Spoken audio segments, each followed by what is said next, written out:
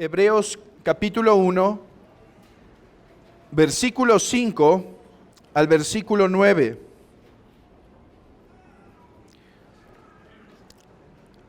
Hebreos 1, 5.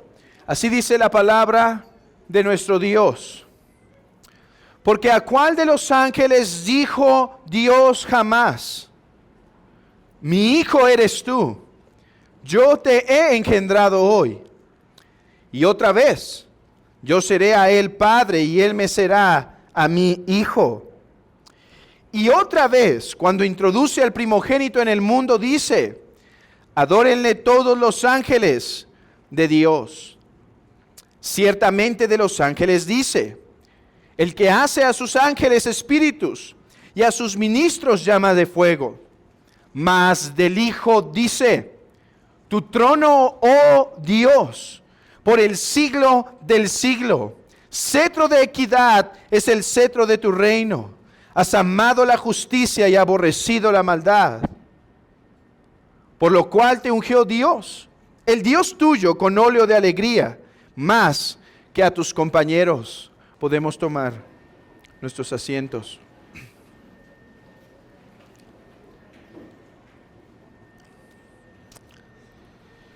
Los versículos 5 al 13 tienen un mismo tema. Y tanto lo he repetido, y todavía lo tengo que repetir por algunos próximos domingos más, que seguramente muchos ya lo han memorizado. ¿Y qué es lo que espero que muchos ya han memorizado, ya hayan memorizado? Que el tema de Hebreos 5 al 13 es que el autor está demostrando que Cristo es superior a los ángeles. Ese es el tema de Hebreos 1, 5 al 13. Cristo superior a los ángeles.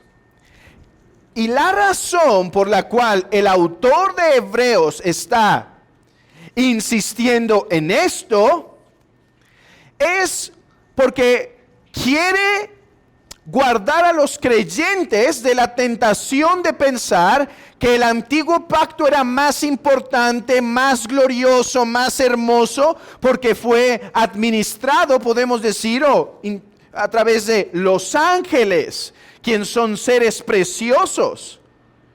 Pero dice el autor de Hebreos, es cierto que Cristo vino en humillación, pero debido a quién es Jesús, el nuevo pacto es mejor. Y déjenme demostrarles, dice el autor de Hebreos, 5 razones al menos por las cuales Cristo es superior a los profetas. Ya llevamos 2 hasta este momento.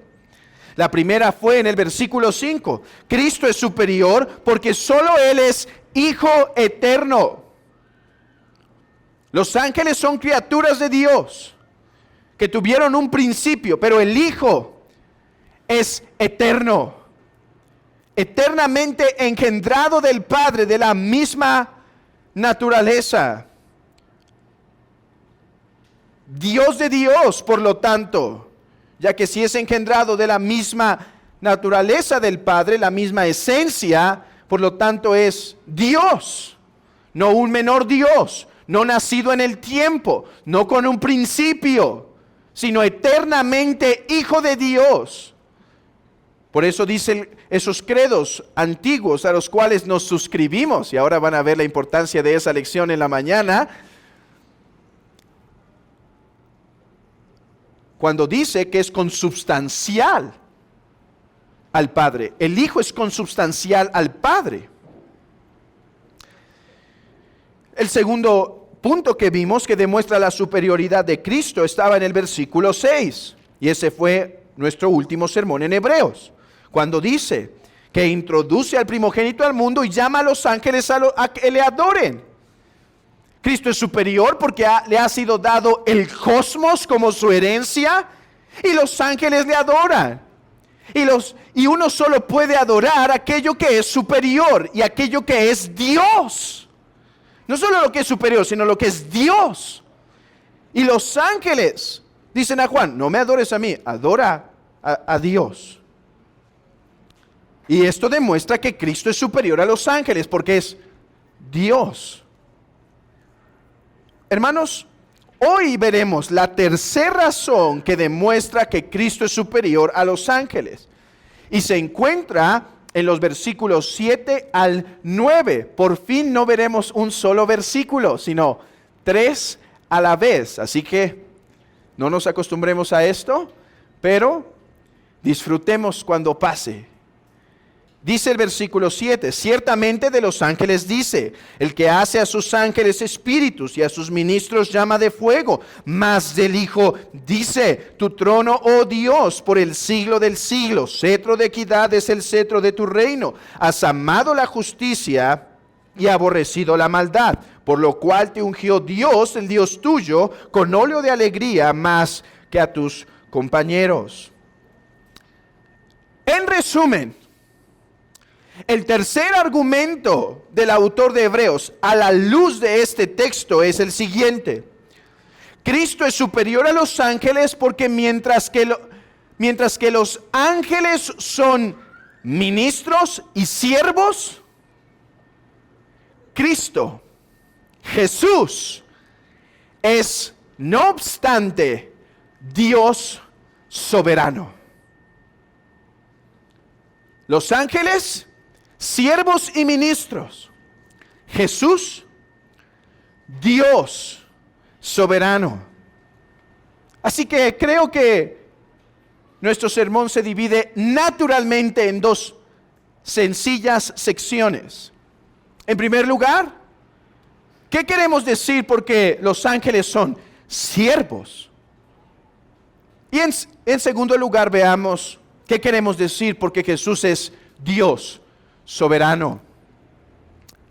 Dice el versículo 7, ciertamente de los ángeles dice, el que hace a sus ángeles espíritus y a sus ministros llama de fuego. Hermanos, para nosotros el concepto de siervo o ministros puede ser tan pobre que digamos, entonces la diferencia es clara.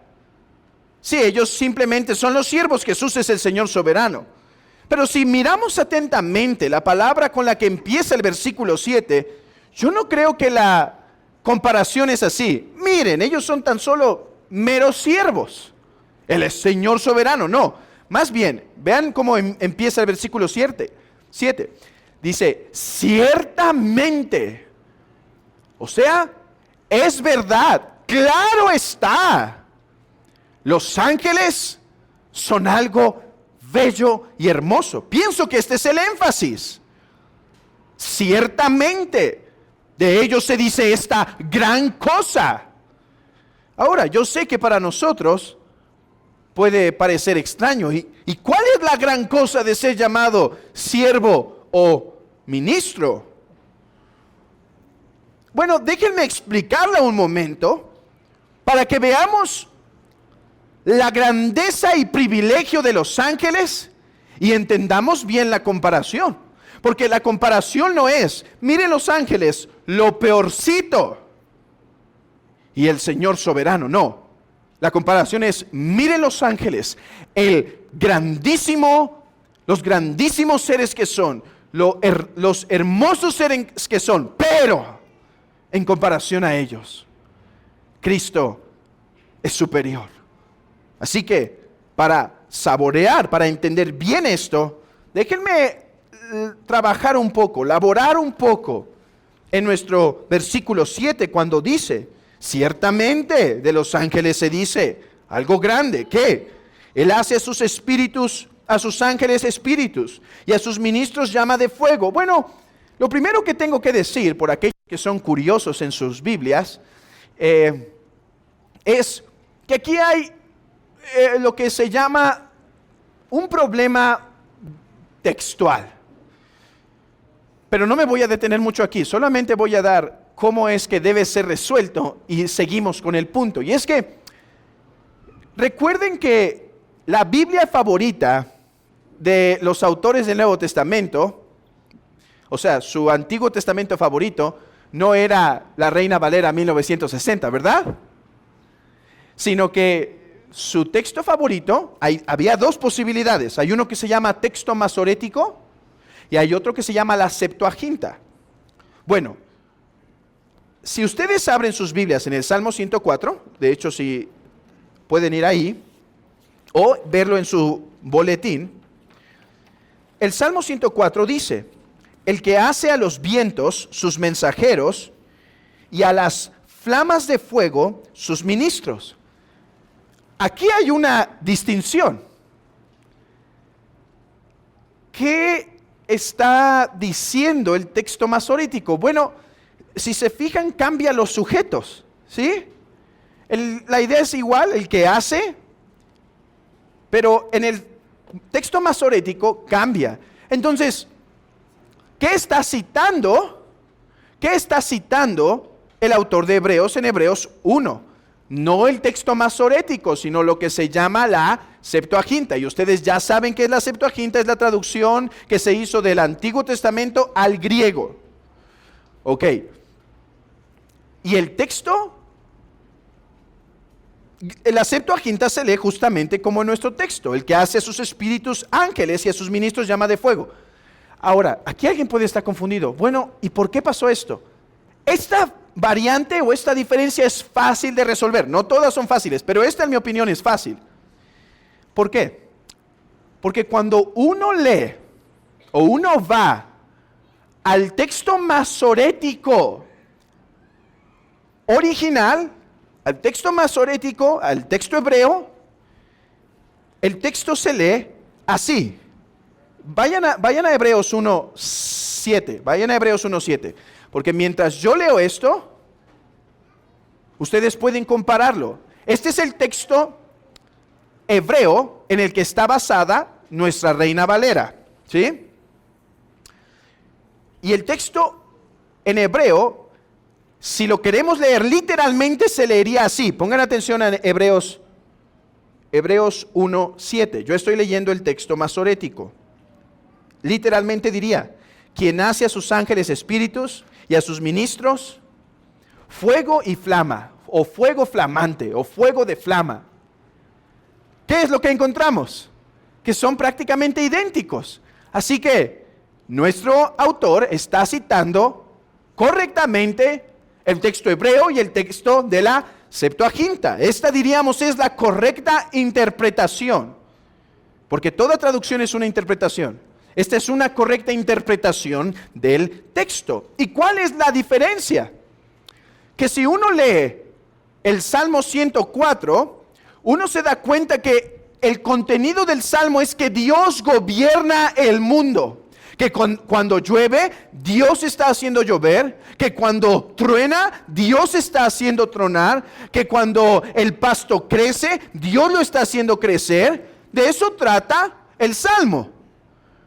El Salmo está diciendo: Dios ejerce dominio soberano y el viento lo hace su mensajero y al fuego lo hace su ministro. Ahora, cuando el autor de Hebreos interpreta ese texto, nuestro Salmo 104, versículo 4, dice: a lo que se refiere cuando habla de viento y ministros, en realidad se está refiriendo a los ángeles. Y esto es la importancia de las escrituras, que un texto me ayuda a interpretar a otro. Hermanos, pocos de nosotros, sin la ayuda de Hebreos capítulo 1, nos hubiésemos imaginado que al leer Salmo 104, cuando dice el texto, el que hace a los vientos sus mensajeros y a las flamas de fuego sus ministros, hubiéramos imaginado ángeles. Pero el autor de Hebreos nos está diciendo: bueno, sepan que el Señor se refería a los ángeles. ¿Y cuál es el significado de esto? ¿Cuál es el significado de Hebreos cuando dice: el que hace a sus ángeles espíritus y a sus ministros llama de fuego? Bueno, hermanos, varias interpretaciones se han dado. Yo les voy a decir algunas que se han dado y cuál pienso que es la mejor. Y a la luz de eso vamos a ver la grandeza de los ángeles. Bueno, algunos han dicho que simplemente quiere decir que cada vez que pasa el viento, los ángeles se están moviendo. O cada vez que encendemos la fogata, los ángeles están ahí. De manera, niños, que en la última brisa que sintieron, pueden imaginar que un ángel pasó rozando su rostro. Bueno, no creo que es lo que significa. Otra opción que han dado algunos es que es una forma tipológica de hablar de, por ejemplo, los ángeles son como viento, obedientes, prestos, rápidos. Y los ángeles son como fuego, poderosos, imponentes. De hecho, la palabra querubín realmente se traduciría como aquel que es de fuego, aquel que llamea. Y puede decirnos algo de su carácter. Pero con los antiguos, yo creo que aquí hay algo más. Y si no están de acuerdo con mi interpretación, está bien, la respetaré, pero yo creo, hermanos, que esta sería la correcta interpretación del texto. Que cuando en el Salmo 104 se está hablando de que el viento obedece a Dios y hace su voluntad, el fuego obedece a Dios, y Hebreos nos dice, son ángeles. Esta es la idea. Déjenme ilustrarlo así. Que Dios decide realizar muchas de sus acciones en la tierra a través de estos preciosos seres. Dios decide realizar muchas de sus obras en la tierra porque nosotros no somos deístas. Estoy diciendo esa palabra con deístas. Nosotros somos teístas. Teístas, pero no deístas. Los deístas creían que Dios es como hizo el mundo simplemente dándole cuerda al reloj. Una vez que le dio cuerda, se fue y dejó al mundo con sus leyes naturales bien establecidas. Eso creían los deístas de la Ilustración del siglo XVII y XVIII y en adelante. Pero nosotros, según las Escrituras, creemos que Dios está cercano. Y que cuando llueve, sí, hay una explicación científica, claro. Pero en última instancia, la respuesta final es que llueve por la bendita voluntad de Dios. Hermanos, y aquí es donde veo que muchas veces nos ha pegado la ilustración y correctamente a veces se nos llama hijos de la ilustración. Y esto no es nada bueno. Alguien puede decir, ilustrado, ¿soy ilustrado entonces? No, no es nada bueno. Lo que estoy diciendo es algo malo. Y esto quiere decir que somos hijos de la modernidad y tampoco es bueno. Sí, yo soy moderno, hermano. No, tampoco es nada bueno. En pocas palabras, lo que estos términos quieren decir, hijos de la ilustración o hijos de la modernidad, es que el concepto de la verdad de un Dios que está cercano lo hemos perdido de vista y nos hemos hecho prácticamente, hermanos, en algunos sentidos medio ateos. A ver, yo sé que a veces los medievales y los antiguos, en la Reforma, Lutero mismo, veía ángeles o demonios donde no había, ¿sí? Hasta en la sopa de letras. Bueno, sí había, no había la sopa de letras, pero si hubiera habido, algún día se formó algún nombre y quizá hubieran pensado, un ángel. Pero la pregunta es, ¿qué dirían de nosotros? Todos los antepasados del 1700 atrás, ¿saben qué dirían de nuestra forma de ver las cosas? Estos son ateos. Hermanos, es que hemos comprado la mentira de la ilustración, que todo es por sus leyes científicas, las leyes naturales. A ver, creo en leyes naturales. Creo en esas leyes porque es de acuerdo a la verdad de Dios. Dios es un Dios de orden y las leyes naturales reflejan ese perfecto orden, esa hermosura en Dios. Pero todo evento que pasa tiene una última instancia, que es la voluntad de Dios. Por ejemplo, ¿Por qué se derramó un rayo? Niños, ¿qué contestarían sus papás? Bueno, quizá irían a Wikipedia y van a explicarles, bueno, según Wikipedia, y lo leen y ni el papá lo entiende ni el niño, pero porque son términos físicos, ¿sí? Y pues por algo tronó, pero tiene una explicación. Pero después de eso, si nos quedamos ahí, no es todo. Tronó porque Dios mandó sus rayos. De manera que los hombres pueden hacer todos sus intentos de bombardear las nubes, pero no va a llover si no es la voluntad de Dios. Puede usar esos químicos que echaron y hay una explicación científica, pero puede que no sirvan para nada, porque en última instancia todo ocurre por la voluntad de Dios.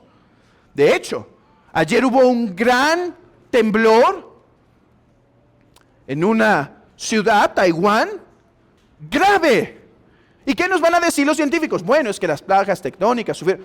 Sí, pero ayer tembló así. Y hoy puede temblar así en nuestro país. Por la bendita voluntad de Dios. Ok. ¿Qué? Si Dios quiere cumplir muchas de esas acciones que Él hace en la tierra a través de estos preciosos y poderosos ángeles, que creo que ese es el punto aquí. Él hace a sus ángeles viento. Él hace a sus ministros llama de fuego. O sea, Dios cumple muchas de sus acciones a través de ellos. Y podríamos dar varios argumentos de esto. Uno por mencionar, Sodoma y Gomorra. ¿Podía Dios hacer llover fuego simplemente por su bendita palabra? Sí, pero ¿qué si quiere usar ángeles para hacerlo? ¿Podía defender a Job solo? ¿Sin ángeles? Sí, pero ¿qué si quiere hacerlo por ángeles? Y esta es una pregunta que se hizo en la era e historia medieval. Teólogos medievales, escolásticos, trataron sobre esta pregunta. Fue, ¿y por qué Dios hace estas obras a través de ángeles? Bueno, una salida fácil es, ¿y por qué no? ¿Quién eres tú para decir cómo hace Dios las cosas? Pero los medievales dieron una pregunta más sofisticada y ellos dijeron esto. Dios creó a los ángeles para que a través de ellos se ejerza algo del poder de Dios en ellos y en eso ellos se encuentren deleite. Niños, yo sé que ustedes me van a entender esto muy bien con una ilustración. Yo me acuerdo haber hecho a mi papá cosas que de chiquito me impresionaban, ¿sí? Imagínate que un día vas caminando y ves a un bombero echando agua, así, pero bien. ¿Qué haría una niña? Se escondería, pero ¿qué haría un niño? Quiero, ¿sí? Bueno, digamos que el bombero lo deja y el niño, su corazón está temblando y entonces agarra la manguera y suelta agua. ¿Qué pasa en el corazón del niño? Hay un deleite. Él pudo experimentar algo de esa fuerza, de esa intensidad, y está emocionado y está contento y está realizado, y por un mes o dos es lo único que va a hablar todas las mañanas en el desayuno. Mami, ¿te acuerdas cómo me dejó el bombero hacerlo? Bueno, los ángeles fueron creados para realizar ciertas acciones de Dios en la tierra y gozarse así en el poder de Dios. De manera, hermanos, y yo sé que a eso quizá a algunos les va a costar, y mi llamado a los que les cuesta trabajo será llamarlos al arrepentimiento. Pero eso quiere decir que en el último rayo que quizá escuchamos cerca, no solo fue una demostración en general del poder de Dios, sino que fue a lo mejor una demostración del poder de Dios ejecutada por uno de sus benditos ángeles.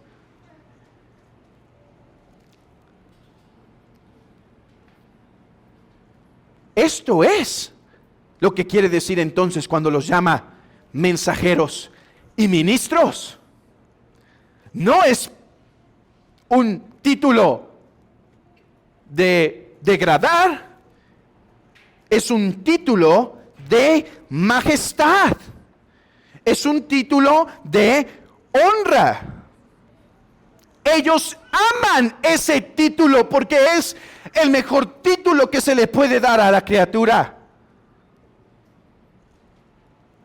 Por eso, en Apocalipsis 19:10 dice: yo me postré a sus pies para adorarle, y me dijo: mira, no lo hagas, yo soy consiervo tuyo. Yo soy consiervo. No me adores, soy siervo contigo. Es lo que quiere decir consiervo. Siervo contigo. Y en mismo Apocalipsis capítulo 22.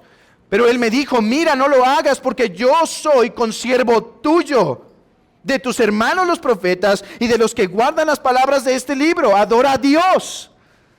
Yo soy consiervo. Es que, hermanos, el título de siervo y ministro que se le da a los ángeles es un título de gloria. Por eso Hebreos 1:7 empieza diciendo: ciertamente de ellos se dicen que son los ejecutores del poder de Dios. Grandioso título. Hermano, que veamos que Dios quizá puede estar en silencio, pero está entre nosotros. Ahora, no estoy llamando a las personas a ver demonios hasta en la lagartija que distrae a los oyentes en ocasiones.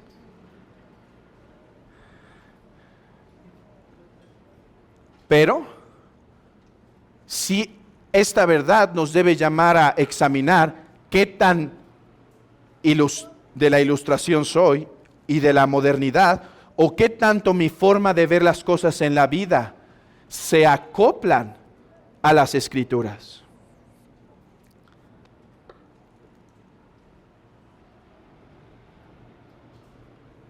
Que el Señor nos ayude. Y déjenme dar un consejo. Estaba pensando desde ayer: ¿doy este consejo? ¿No doy este consejo? ¿Doy este consejo? Ni lo puse en las notas, pero me acabo de convencer que lo tengo que dar. Pero, ¿cómo ayudar a nuestros hijos y a nosotros mismos a ser librados de la doctrina de la ilustración, donde todo es leyes naturales? No, yo no digo que los dejen de enseñar en eso, enséñenselas, porque revelan el carácter y la hermosura de Dios. Pero no terminen ahí. ¿Cómo librarnos de esa cosmovisión tan cerrada, hermanos? Por eso hay algún tipo de literatura y de fantasía que nosotros, particularmente en nuestro hogar, permitimos. No estoy hablando de Avengers o lo último que esté, no sé qué hay, pero lo que sea que esté. Pero estoy hablando de literatura clásica que por medio de la fantasía nos habla de un mundo donde un mundo que está vivo. Y de esa forma es una correcta inyección a través de las Escrituras para vacunarlos en contra de la ilustración, para vacunarlos en contra de la modernidad. Si no, luego no nos espantemos cuando lo único que reciben nuestros hijos es fantasía moderna, puras películas, puros videojuegos, ciencias naturales sin una educación en casa. Simplemente los dejamos con lo que reciben y nos espantamos de por qué les cuesta tanto creer en Dios, que Dios fue el que ayer en Taiwán movió las cosas. Hermanos, si nosotros mismos los indoctrinamos. Pero eso fue aparte. Regresemos a nuestro texto, ¿sí? Si no, aquí me voy a pasar otro ratito. Y solo era una exhortación y un consejo para ayudar a nuestros hijos a pensar bíblicamente y a nuestras familias. Ángeles, grandes ministros. Ciertamente de ellos se dice algo excelso. Ejercen el mismo poder de Dios. Más del Hijo. La palabra griega es más fuerte que más. De hecho, no hay palabras. Podríamos hacer un conjunto de palabras. Por un lado se dice de los ángeles esta cosa grandiosa, pero por otro lado del Hijo se dice esta cosa suprema. Esa es la idea. Sí, de los ángeles se dice esto, pero sin embargo No obstante, del Hijo se dice algo mayor. ¿Y qué se dice del Hijo? Bueno, ya vimos que los ángeles son seres preciosos y hermosos. Pero ¿qué se dice del Hijo? Tu trono, oh Dios, por el siglo del siglo. Cetro de equidad es el cetro de tu reino. Has amado la justicia y aborrecido la maldad, por lo cual te ungió Dios, el Dios tuyo, con óleo de alegría más que a tus compañeros. ¿Qué se dice del Hijo? Hermanos, son de las palabras más fuertes en la Biblia respecto a quién es Jesús. Del Hijo se dice, tú eres Dios soberano. Tú eres Dios soberano. Ellos son grandes ministros, pero tú eres el Señor soberano, el Dios soberano. Veamos un momento por qué digo que este texto confirma que Jesucristo es Dios soberano.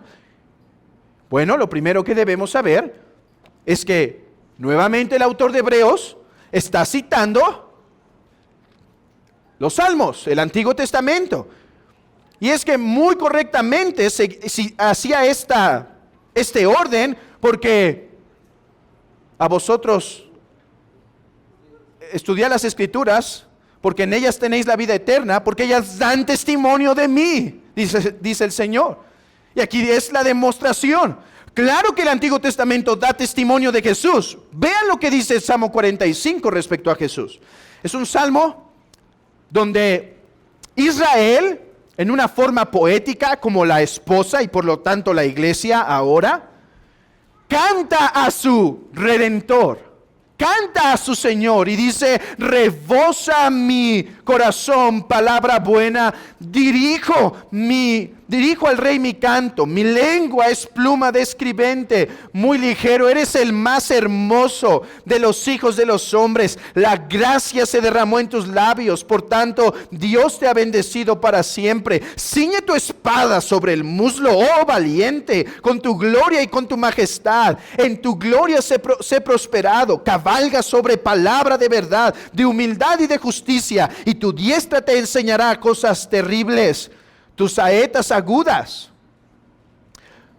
con que caerán los pueblos debajo de ti, penetrarán en los corazones de ellos. Tu trono, oh Dios, es eterno y para siempre. Cetro de justicia es el cetro de tu reino. Has amado la justicia y aborrecido la maldad. Por tanto te ungió Dios, el Dios tuyo, con óleo de alegría más que a tus compañeros. Mirra, aloe y casia exaltan todos tus vestidos, desde los palacios de marfil te recrean, etcétera. Y no podemos continuar por causa del tiempo, pero ¿qué tenemos aquí? Sino una alabanza a Jesucristo. Él es revelado como el gran rey que va a hacer guerra contra sus enemigos y los vence. Los vence. Y tanta es su gloria que más adelante dice, incluso las mujeres de los otros reinos y los esclavos de los otros reinos y los hijos de los otros reinos fueron atraídos a ti. En medio de esa alabanza encontramos tu trono, oh Dios. Tu trono, oh Dios, es por el siglo de los siglos. Algunos han intentado decir que realmente el Salmo hablaba de David o Salomón. Y que la palabra Dios más bien la deberíamos entender como cuando Dios dice a Moisés en Éxodo 7, versículo 1, yo te he constituido a ti como Dios sobre Faraón. ¿Sí? Dice, es el mismo sentido, solo como autoridad.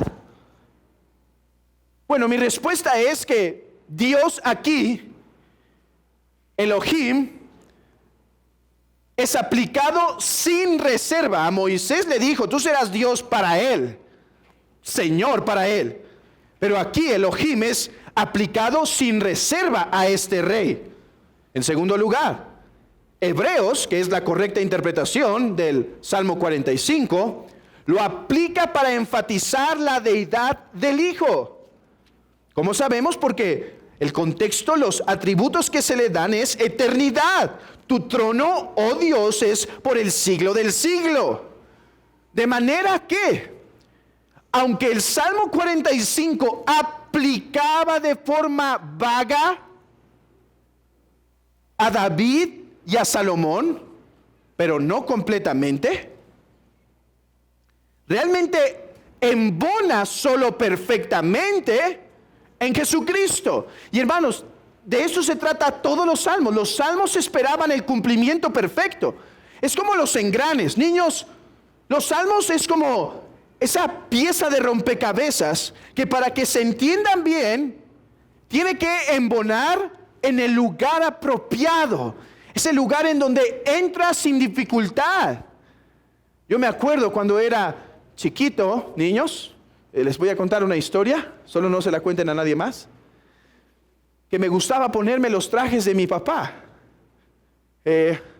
Ahora más bien ya no me quedan, ya me quedan chiquitos, pero me acuerdo que aquella vez mi papá tomaba sus sacos y me quedaban hasta abajo, ¿sí? Peor. Las mangas yo creo que me salía así, niños. Y a veces me ponía sus zapatos, ¿sí? También. Y me quedaba, pues parecía un pitufo, peor, ¿no? Los enanitos estos de la Cenicienta esta.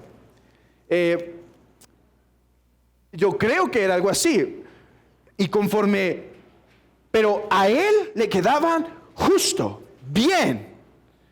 Bueno, los salmos en David y Salomón, niños, quedaban de esa forma, les quedaban muy grandes.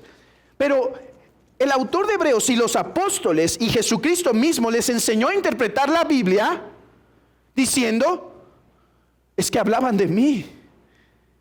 Entonces sí, las palabras, tu trono, oh Dios, en Cristo embonan perfecto. En David solo de alguna manera se podían decir de él Dios o Elohim, pero en Jesucristo, quien es verdadero Dios, se aplica de forma perfecta.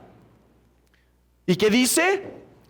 Jesucristo es Dios, pero no solo Dios, es soberano, porque se habla de un trono. Y el trono es símbolo de autoridad. Y este trono es un trono perfecto, es un trono eterno. Escucha esto. Jesús de Nazaret, el que caminó entre nosotros, el que anduvo entre nosotros, según el Salmo 45, es el Dios eterno que siempre ha existido, que gobierna todas las cosas que suceden en este mundo. El pelo que se cae no solo es por la voluntad del Padre, es también por la voluntad del Hijo, porque ellos son un solo Dios y Jesucristo es verdadero Dios de verdadero Dios. El pajarito que cae a tierra es por su voluntad. El mundo fue creado por su voluntad. Los mares se lanzan con todo su vigor por la voluntad de Cristo. El mundo tiembla por su voluntad. Y este Dios, Jesús, el Logos, el Hijo, siendo el soberano Señor, se hizo carne para morir por nosotros. Este es tu Jesucristo. Este es tu Salvador. Aquel que es mayor que los ángeles. Se hizo por un tiempo un poco menor que los ángeles, como lo vamos a leer más adelante en Hebreos capítulo 2. Se hizo por un tiempo un poco menor que los ángeles. ¿Cómo que un poco menor? Sí, hombre. Y estando en la condición de hombre, dice Filipenses, se humilló a sí mismo. Es por eso que llamamos la encarnación el milagro de milagros, el misterio de misterios. Que el Señor soberano que gobierna el mundo y cada gota de agua que cae de esas nubes es sostenida y gobernada por Él. Él es Dios soberano. Pero déjenme avanzar, porque ya hemos demostrado que Jesucristo es superior. ¿Por qué? Porque Él es Dios soberano. Pero hermanos, el Salmo da un paso en donde ese reino soberano que Él ejerce en virtud de ser Dios, Él tiene el gobierno del versículo 8, tu trono, oh Dios, es por el siglo de los siglos. Es el gobierno que Él ejerce por ser Dios. Si no se hubiese encarnado, Él ejercería este gobierno. Esto no es un premio que Él tiene, no. Esto es algo que a Él le pertenece en virtud de ser Dios. No lo gana y nadie se lo quita. Pero el Salmo da un paso de ese gobierno que Él tiene por ser verdadero Dios a un gobierno que ejerce y ejercerá en virtud de que este Dios soberano se encarnó. Y es lo que me gustaría hacer en estos 10 minutos que me sobran, o 15 por su amabilidad, para lograr aplicar esto y llevarlo a penetrar el corazón. ¿Y qué quiero decir con esto? Lean conmigo el versículo 8. Tu trono, oh Dios, es por el siglo del siglo. Cetro de equidad es el cetro de tu reino. Has amado la justicia y aborrecido la maldad. Paremos ahí. ¿Qué tipo de gobierno ejerce Jesucristo en virtud de ser el Dios soberano? Un gobierno que es caracterizado por la santidad, por la justicia. Esto no podría ser de otra manera, porque Él es Dios de Dios. Y si nos preguntamos, ¿y por qué hay injusticia muchas veces? ¿Y por qué muchas veces parece que el malo triunfa? De hecho, la misma Biblia que nos dice que Dios es soberano, nos dice en un salmo el lamento de uno de sus siervos. Y dice: Señor, ¿por qué los malos prosperan? ¿Por qué los malos triunfan en esto y en esto? ¿Cómo debemos entender esto? Bueno, Él es un soberano justo y Él es un justo gobernador. Déjenme explicar por qué. Pasemos a la última parte en el versículo 9. Has amado la justicia y aborrecido la maldad, por lo cual te ungió Dios, el Dios tuyo, con óleo de alegría más que a tus compañeros. Este es un texto difícil. Y realmente al principio decía, ¿cómo embona esto? No entiendo cómo embona esto. Pero después de un poco de trabajar más, y creo yo depender de la obra del Espíritu en esto, creo que esto es lo que está intentando decir el Salmo 45 y así el autor de Hebreos. ¿Qué significa ungido? Empecemos por ahí. Ungido es uno que se le derrama aceite. Pero ¿para qué se derramaba aceite en el Antiguo Testamento? Dos cosas. A veces como un tipo de crema o algo para lucir bello. Pero más frecuentemente o más ceremonialmente se utilizaba el concepto de ungir para designar oficios. Por ejemplo, Aarón fue ungido, David fue ungido, para demostrar que estos eran sus oficios. Bueno, el Salmo 45 trata de un rey que es ungido, que se le pone aceite. Pero lo que debe atrapar nuestra atención es el versículo 9 cuando dice, por lo cual.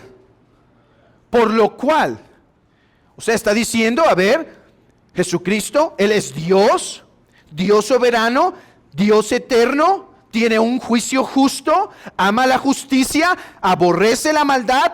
Por eso te eligió Dios, hablando del Padre. Por eso te eligió el Padre, porque has amado la justicia y aborrecido la maldad. Hermanos, el punto es el siguiente. En ocasiones se ha preguntado en la teología, ¿por qué se encarnó el Hijo? Digamos, ¿por qué no un ángel? ¿Por qué no un ángel? ¿Por qué no otro ser que Dios haya creado? Porque el único que podía llevar a cabo la obra del Padre de pies a cabeza sin fallar nunca, era Jesucristo. Él fue escogido para ser el mediador entre Dios y los hombres y el gobernador, no solo por ser Dios, sino en virtud ahora también de ser un mediador, y veremos esto más adelante en Hebreos, así que ahorita solo mantengan esto en mente. Él no fue elegido para ser Dios soberano, Él es Dios soberano que controla el mundo por ser Dios. Pero fue elegido para ser el mediador de los hombres y así el gobernador de todos, debido a lo que Jesucristo es. Y este texto nos dice algo de quién es Él. Él es Dios, eterno e inmutable, santo, que aborrece la maldad. Por eso Dios te ha ungido. A ver, dice Juan, nadie me quita la vida, dice Juan, el Evangelio de Juan de Jesucristo, hablando él, nadie me quita la vida, sino que yo de mí mismo la pongo. Jesucristo vino a inaugurar un reino, pero este reino es de santidad y es un reino de paz. Y él dice, por eso voy a morir. Por eso voluntariamente voy a sacrificar mi vida, porque amo la santidad y aborrezco el mal y aborrezco la injusticia. Y la única forma de tener un reino de santidad es si yo doy mi vida por los pecadores. Es si yo doy mi vida por aquellos que han pecado. Por eso te ungió Dios, porque tú amas la santidad. No que a veces la amas, sino la amas en virtud de ser Dios. Y por eso, hermanos, decía Jesucristo, nadie me quita la vida, yo la doy. Porque mi Padre me ha asignado un reino, pero este reino no puede ser de injusticia y de pecado. Y por lo tanto, no me quitan la vida, yo la doy para establecer mi reino de paz y santidad. Esto nos debe traer consolación porque creo que este es el pináculo de este texto. Hacernos ver que Jesucristo es superior a los ángeles, porque Él es Dios soberano eterno, que ejerce un gobierno de equidad, justicia y santidad, y que lo ha venido a establecer. ¿Por qué seguimos viendo injusticia en el mundo? Hermanos, porque Dios, porque Cristo, muchas veces los está dejando que simplemente incrementen su deuda contra Él. Porque Dios te deja pecar si Él gobierna el mundo con santidad y justicia. Date cuenta de qué juicio te está dando. Quizá está dejando que peques más, que mañana peques más, que quizá hagas algo peor para ejercer su justicia con toda su furia y santidad. Pero déjate digo algo. Dios el Padre permitió la muerte de su Hijo, pero ningún injusto e inicuo que participó en ella quedará sin su justa retribución. ¿Por qué Dios permitió que Pilato cometiera tal sacrilegio? Para poder simplemente sellar el juicio sobre Pilato, el cual ahora, si no se arrepintió en lo que quedó de su vida, gime en el lago de fuego. Y si tú participas de la injusticia, sabe algo, hay un rey soberano que se ha encarnado y ya inauguró su reino y viene pronto para juzgar a los que no se han arrepentido ni puesto en paz. Hoy muchos se podrán burlar de la iglesia, hoy muchos podrán aplastar la iglesia y querrán destruirla, y vienen días quizá difíciles. Pero ¿sabe algo? El Rey soberano eterno se encarnó y su poder será revelado. Querida iglesia, ahora quisiera decir unas palabras de consolación, habiendo explicado esto, para que veamos lo conveniente, déjenme usar el superlativo de lo convenientísimo que era que Cristo fuera el mediador. Ve esto.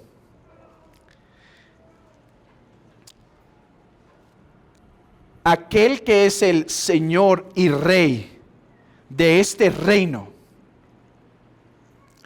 es uno que ama la justicia, porque no puede no amarla. Ama la santidad, porque no puede no amarla. De manera que aquello que amenazó el jardín del Edén, que era el pecado, en el reino de Jesucristo no será jamás una amenaza.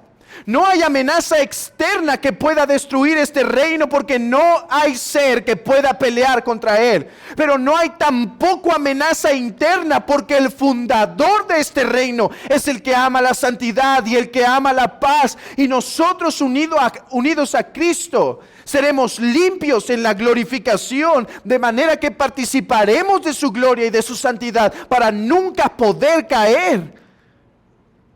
Nunca nos apartaremos. Por eso era convenientísimo que Jesucristo fuera el mediador, porque hubo un ser que fue provisto de gran gloria, de gran poder, pero de él se dice: tú, querubín grande y protector, yo te puse en el monte santo de Dios. Allí estuviste, en medio de las piedras de fuego te paseabas. Perfecto eras en todos tus caminos desde el día que fuiste creado, hasta que se halló en ti maldad. A causa de la multitud de tus contrataciones fuiste lleno de iniquidad y pecaste, por lo cual te eché del monte de Dios y te arrojé de entre las piedras del fuego. Oh querubín protector, se enalteció tu corazón a causa de tu hermosura. Corrompiste tu sabiduría a causa de tu esplendor. Yo te arrojé por tierra, delante de los reyes te pondré, para que miren a ti. Con la multitud de tus maldades y con la iniquidad de tus contrataciones profanaste tu santuario.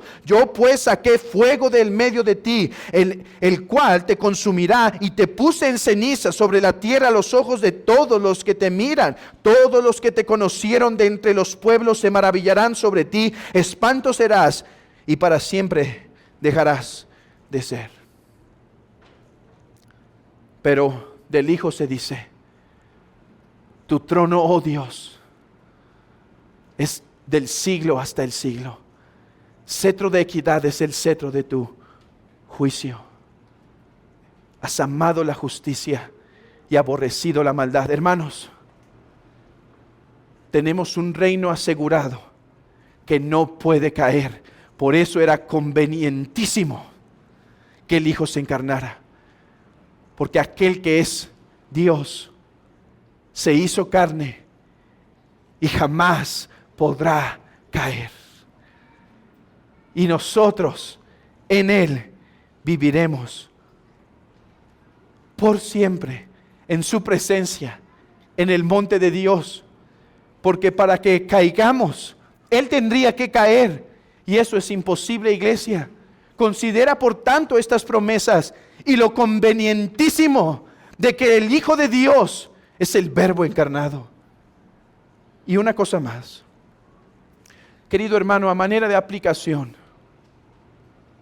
Cristo ha inaugurado ya su reino. Está por inaugurarlo plena y completamente cuando venga en su segunda venida. Y dice que a ese reino no entrará cosa inmunda.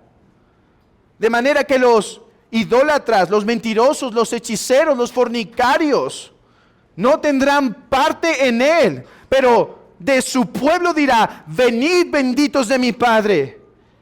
No obstante, como he dicho, el reino está inaugurado. Querido hermano, hay algo que debe caracterizar el reino de Dios manifestado ahora en la tierra.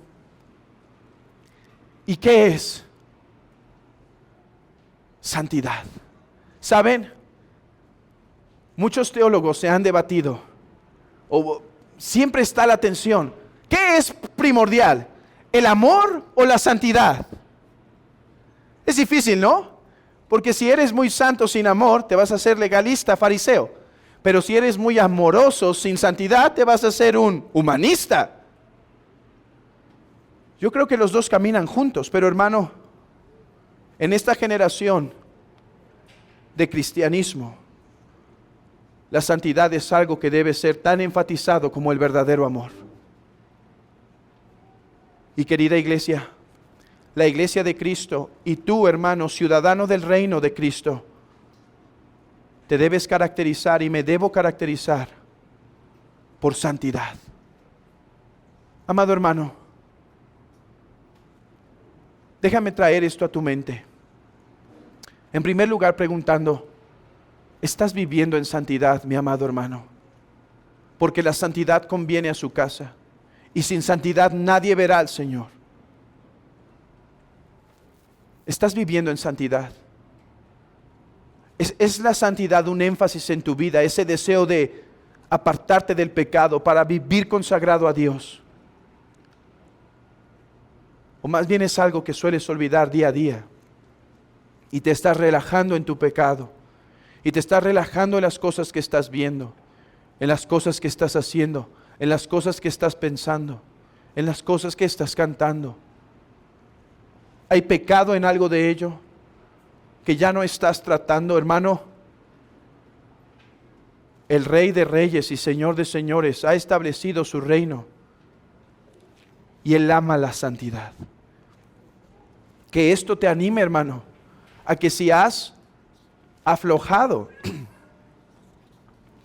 si has bajado la guardia en la vida de santidad, seas exhortado a recordar que este Dios que bajó del cielo a establecer su reino ama la santidad. Hermanos, como iglesia es algo que nos debe caracterizar. El amor, la ternura, sí. Pero aquel que más amó en la tierra entró en el templo para derribar las mesas. Llamó a los sordos e indolentes, llamándolos hijos de Satán, hablándoles del fuego y del infierno, porque Él amaba la santidad. ¿Debemos amar o ser santos? Bueno, debemos amar la santidad y ser santos amando. Pero querida iglesia, no nos olvidemos de esto. Y amigo, una palabra para ti y he concluido.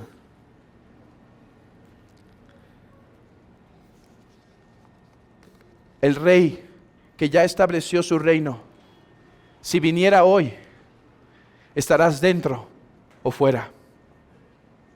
Si viniera hoy, si viniera esta noche, estarías dentro o fuera. No me digas dentro porque te has portado un poco bien. Porque ¿qué vimos en la breve meditación? Nadie podrá mirarlo por sus pecados. Nadie. ¿Has confiado en Cristo? ¿Has creído en Él? ¿Te has arrepentido de tus pecados? Si no, quedarás fuera. El esposo viene por su esposa. El esposo viene por ella pronto. Y algunos quedarán fuera. ¿Serás tú? Amigo,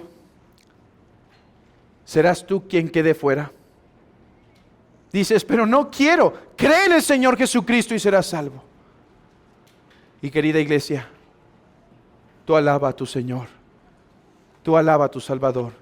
Y que tu vida refleje la santidad de tu Rey. Despiértate mañana, amado hermano, diciendo, tengo un Rey que es justo, por lo tanto, sus reglas no deben ser pesadas. Y tengo un Rey tan hermoso que no solo me pide santidad, sino que me da el espíritu de santidad para que viva de acuerdo a lo que Él manda. Por lo tanto, me levantaré y buscaré su rostro para agradarle a Él. Querido hermano, que tu rostro de santidad y tu vida de santidad representen a este Rey. Que Dios obre por su palabra en nuestros corazones.